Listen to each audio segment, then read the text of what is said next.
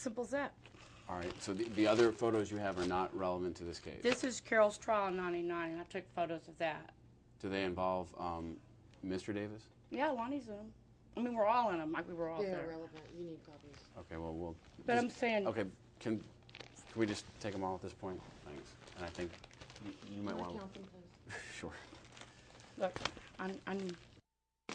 you must have the wrong impression of me, Mr. Ben. This is how we actually keep our evidence. I just have no other way to explain it. We're all doing fine. I just keep it in a little bag.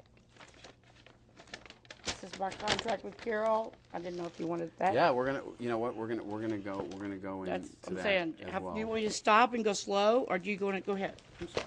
No, this is all good. I'm gonna get to that. I'm glad you brought that. But let me go ahead back to, I think we were on what documents you reviewed to prepare for your deposition, and you talked about the visitor's log, the letter to Mr. Beeves, the mace, Lonnie's car key, business cards, the photos that Carol Davis is currently counting,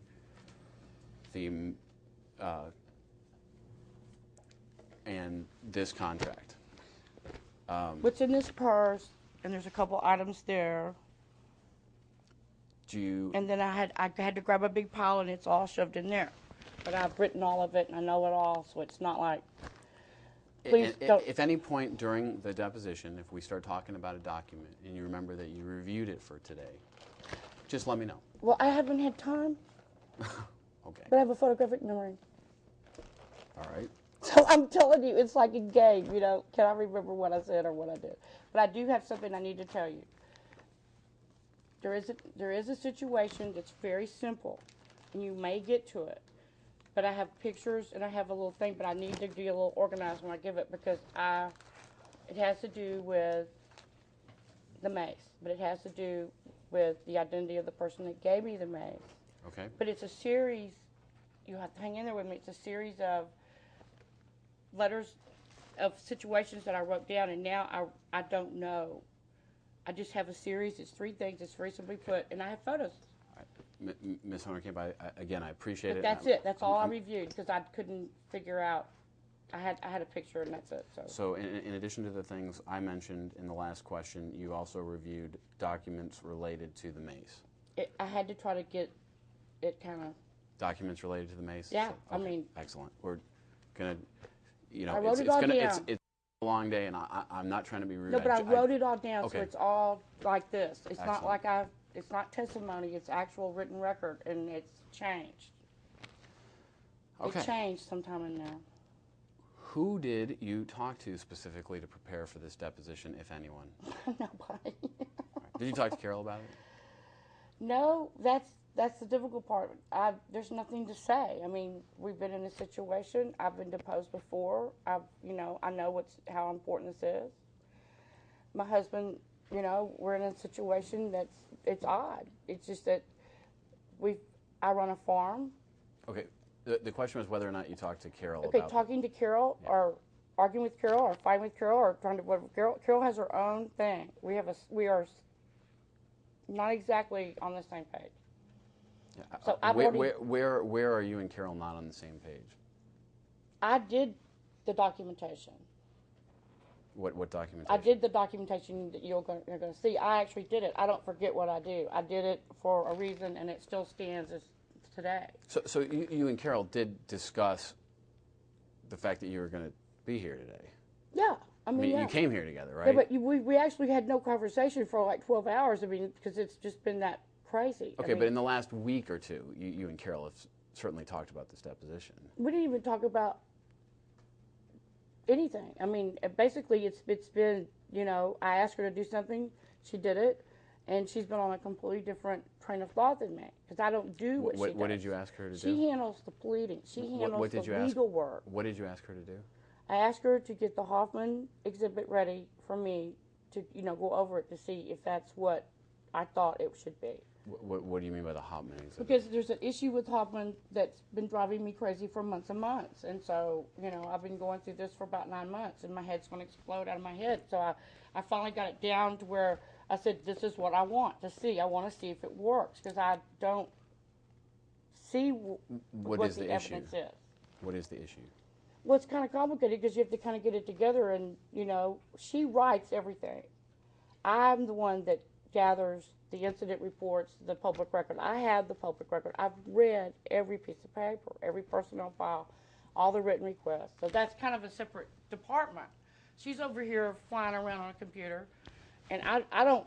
But clearly, you and Carol, as you just said, you've aided Carol in this case. Yes. And you all have discussed It's a this separate case. team, though. It's like being a lawyer. It's like you do one thing, somebody else does another, but we're completely, we have completely different levels of understanding. Okay, and we're going to go into the more specifically how you. It works. Right, and we're gonna go. I don't know how. I'm going to go into that relationship in a little bit.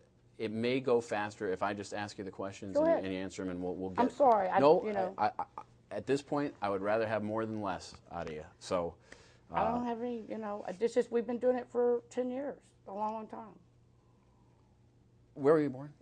In Rosenberg, Texas. And where did you live growing up? I lived in West University. We lived around. My daddy was a Frito salesman, but I lived most of my life in West U, and then we moved to Brenham from like kindergarten to 6th grade. Moved to Brenham when I was in 7th grade. Frito, like Frito-Lay, the snack? Yeah, he ran Frito-Lay. Where'd you go to high school? Brenham High School.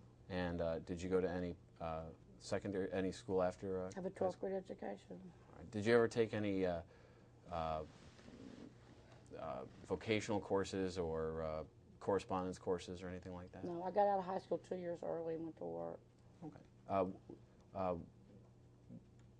You said you gave me a few names, and I believe you've been married twice, at least twice? How many times have you been married? Twice. Okay. And when did you first get married? The year is fine. 1974, I think. To Tom who? Harrison. Tom Harrison. And when did you get divorced from Tom? 81. And when did you next marry? 87. To? Russell Honerkamp. And when are you still together with Russell Honerkamp? We're still married. All right, but you don't live together anymore. That's none of your business. But yes, no, we don't. Okay. It's a real strange thing. Are you legally separated? No. Okay. Literally, no. It's a civil issue, but no. Well, and it's bizarre, but it works. It's a strange thing, but no, we're not divorced. We're not estranged. We live in separate houses. Do you have children? I have one living son. How old? 25. And your non-living child, when was he born or she born? He would have been 27. His name, don't. You know about it. I really don't know about it. I had a 17-year-old son killed in 1994. Warren Thomas Harrison Jr. And I'll get off the subject after this last question. How did he die? I do it all the time. How did he die? Methamphetamine addict ran over him. And was there any litigation that came out of his death? I filed wrongful death. They didn't file it. Who's they? Cersei Bracewell. I'm sorry? Cersei Bracewell out of Bryan didn't file the wrongful death. So there was no actual filing with the court? No. Was there ever any settlement? No. Okay, so the case was just never filed? No, he was murdered. He was actually murdered. 4 grand juries, TABC. It's a big mess. It's a big mess. Did the driver of the car, the driver of the car was indicted? After 4 grand juries, yes. And was he convicted? He had 1 day probation, $100 fine. My ex-husband went to trial Sebesta in the grand jury and suggested that they let him go. I fought to get the fault off. Lonnie Davis and Carol were very helpful on that. So Lonnie Davis and Carol Davis you already knew them at that point in '94? Yes. I met Carol. You didn't ask me that. I'm getting there, but go Just ahead. ask We'll jump it. the It's gun on that simple one. if you ask it. Okay, when did you meet Carol Davis? Warren died on a Sunday morning, and Carol called me on a Monday morning, and Warren had died, and she was in episode. Something bad had happened with another woman that had done something at the courthouse. I didn't know Carol, and she kept calling me saying, and I said, my son is dead. And she kept saying, well, you don't understand. This is important. And I said, my son has been killed. And so finally, after about 4 conversations, You know, I was totally in shock. You know, I said, you need to call